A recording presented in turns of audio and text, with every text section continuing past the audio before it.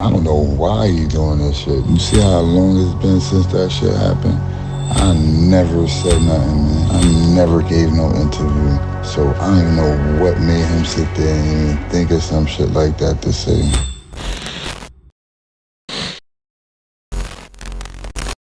Peace, world. It's the homie Timbo from Info Minds, and we got a special episode for you. I'm gonna let my guest introduce himself. Do me a favor, homie. Let the people know who you are and where you from. What's good, my guy? Info Minds. My name J.U., man. From Marlboro Projects originally.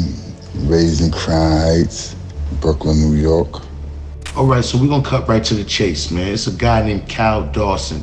He's running around, he's making some outlandish claims. He claimed that he was in the television show Power. He claimed that he was hustling with 50 Cent's moms. He claims that he was in the car when 50 Cent was shot. You know, I was put in touch with you by my brother Kareem Johnson. Shout it out, Kareem, man. But Kareem put me on to you and said you had a story to tell. Let's start off like this, man. Tell me, how long have you known 50 Cent and, you know, what was you guys' relationship like? I met 50 probably like 97, 98. I met him through a mutual friend, my man Ja. He was locked up with him. Me and Ja wasn't in touch for years, but I was also locked up too. And he came home before me, then I came home a couple years later and I bumped into him. You know, I started hanging with Ja and shit. Then Ja introduced me to 50. Ja brought me to the studio. He told me he had a homie he was incarcerated with that was starting to rap and shit. When I go to the studio with him, this is the first time that I met 50 Cent. Tell us about Ja. You said you met Ja when you was locked up. What type of dude was Ja, though? Actually, I didn't meet Ja when I was locked up. Me and Ja went to alternative high school together. I first met Ja there. I bumped back into Ja in jail. So when I bumped back into Ja in jail, that's when I told you he was on the verge of going upstate, and that's when he met 50. But Ja was a real street nigga. Ja was a good nigga, you know what I'm saying? That was my dude. God bless the dead. Me and Ja, you know, we used to be in the streets, you know, he'd be on his side, I'd be on my side. After a while, you know, we wasn't seeing each other as much as we used to see each other. I had already met 50, but Ja passed away. And when Ja passed away, my other mans and them, they still was in touch with 50 and shit. Niggas was like, yo, son poppin'. Cause when I first was fucking with him, like he was just going to the studio and all that, but you know, he started getting a little buzz, a lot of buzz. So he's like, yo, we about to go on this tour. I'm like, what tour? He's like, yo, we on the Cash Money Rough Rider tour. So he's like, yo, pull up. So I went on the Cash Money Rough Rider tour with them. That's how me and him started getting cool, cause me and all my mans, we was in the van and shit. And, you know, he used to have a driver. The driver, he must have did some bullshit. 50 got mad at him and he fired him. So when he fired Duke, he made me the driver.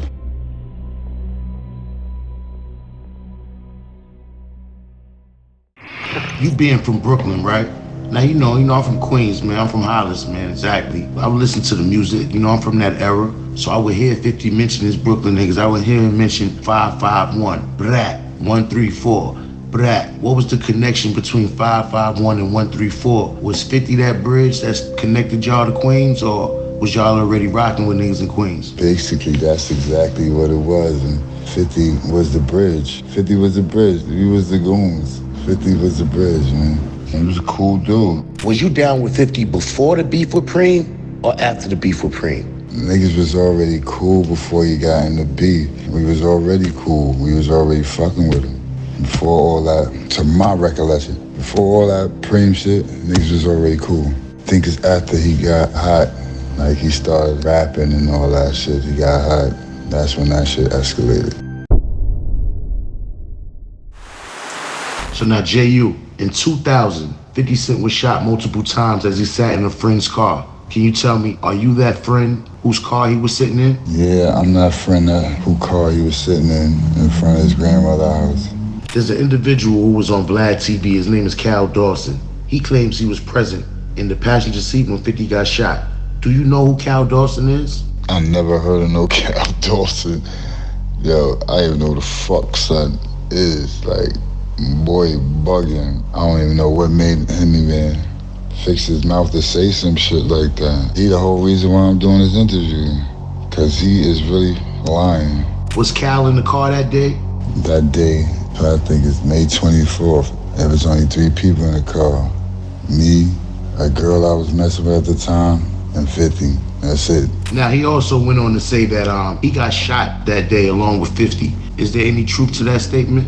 I heard his fucking interview. I don't know if he's trying to win an Oscar or what, but nah, he wasn't in that car. The only people that got shot in that car was me and 50. That's it. And I took him to the hospital after that. And he wasn't in front of his crib and none of that shit.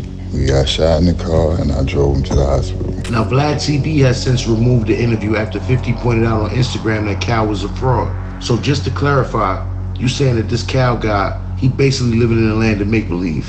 Why you think he doing this? I also heard he said he was down with Murder Inc. and he was in the car with 50. You couldn't have been down with Murder Inc. and in no fucking car with 50.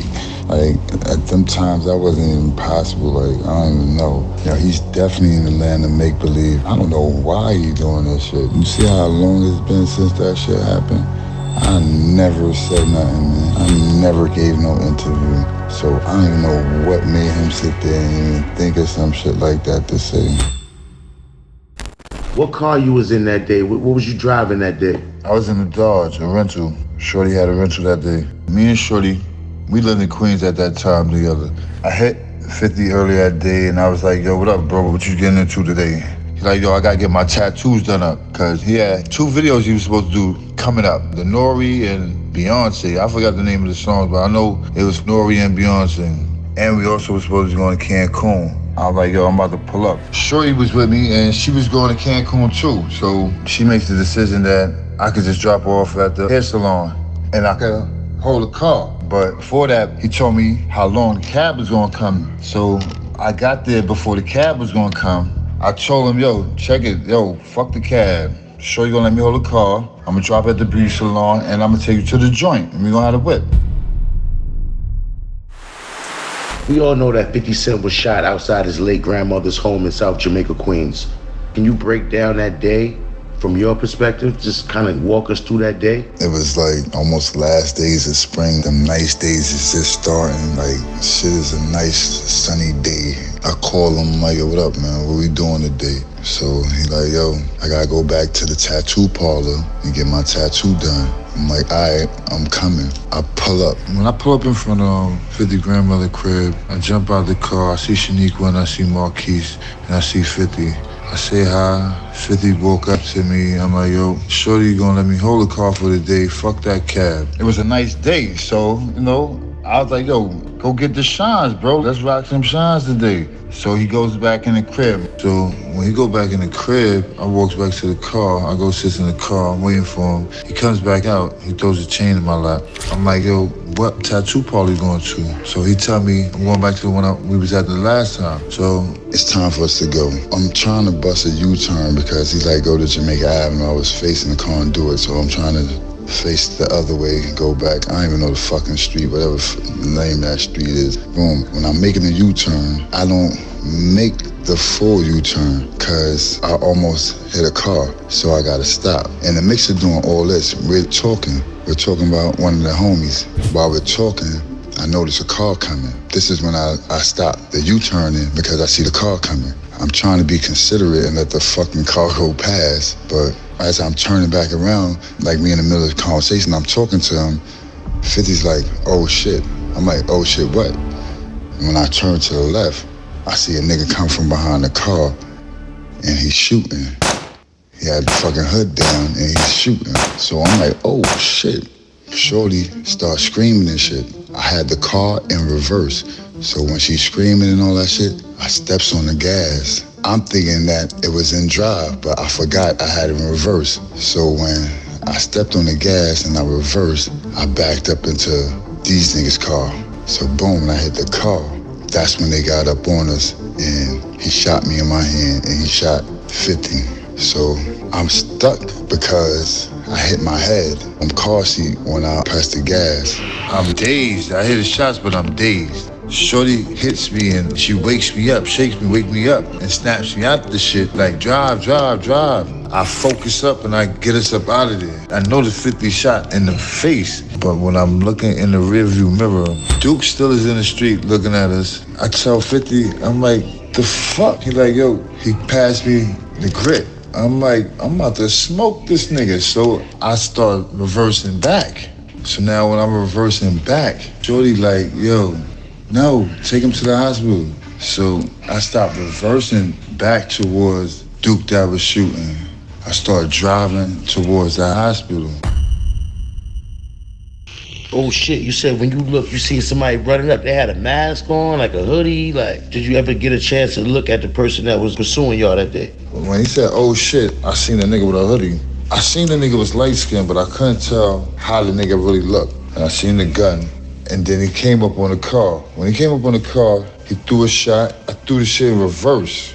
This shit just happened so fast. When I threw this shit in reverse, that's when he really got up on 50 and hit 50. I had hit my head. I wasn't aware what the fuck was going on for a second until Shorty brought me back by screaming, drive, drive, drive. I got down the block to like a little safety where I could really look back at Fifth. When I looked up in the rearview mirror, I just seen the blood coming from his face. So I'm like, what the fuck? I got down the block, and when I looked, and I really got a chance to look at him, I seen all the other shots. What was that drive to the hospital like? The car was shot up.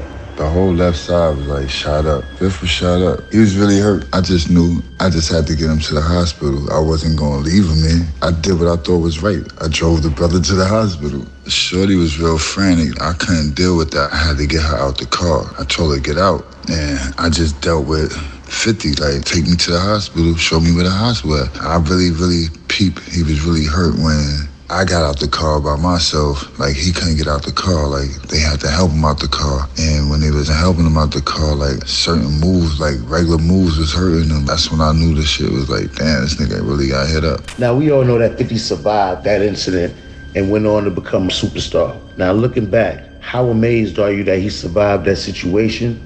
And how do you feel about the success that he's had since then and where he's at now in life? As far as the success, I seen the talent in him before he even got shot. I knew he was hot before he even got shot. I think the shooting just added to it. I don't know if it's cocky or his confidence. After he got shot, he went and made NYPD, LAPD. I mean, like, right after he got shot. I'm looking like, I can't believe that nigga made that shit. That's how I knew, like, this nigga got it. So you said you was in the studio when he made that NYPD, LAPD, right? You said that was right after he got shot. So you know there's a famous scene in that movie, Get Rich or Die Trying, with him being in the studio with bandages on his body still from the gunshot wounds. Assuming that you was around for the whole mixtape run, because you said you met him in 98. You know, they made that whole mixtape run in, I think, 2000, 2001. The Beg for Mercies and all those, man. Tell us about it, man. Beg for Mercies, I got locked up in 2001. That's when the disconnect, the communication lost when I got locked up. I wasn't with the G Unit. I was around for the Power of the Dollar movement. Yo, JU, I wanna thank you for your time, man. You know what I mean? Like, your story is legendary, man. I just want the people to understand that this man went through that traumatic situation. Everybody knows that 50 was shot multiple times. This brother was also shot that day. People never heard his story, man. It's 2020 and the man is just coming out, you know what I mean, speaking his truth, because there was this guy, this Cal Dawson guy running around just frauding and just, you know, trying to steal these guys' story, you know what I mean? So I appreciate JU for coming on the platform. I appreciate you for blessing us with your story. And is there anything that you want to say in closing, my brother? A lot of dudes is making, like, dudes look bad, man. Like, boy, like, if you wasn't relevant, man, just sit your ass down. And, like, niggas is doing anything for fame nowadays. I see that, man. Like, but I just had to clarify the air and let the world know, like, son lying, man. That nigga's lying. I just want to thank you for letting me have the opportunity to share my story. What's up, y'all? This JU. If you want to hear some more of this real shit, tap into my page, pay homage. I have some real niggas up there interviewing them, hearing their story, and the real shit they got to say. So hope to see y'all soon.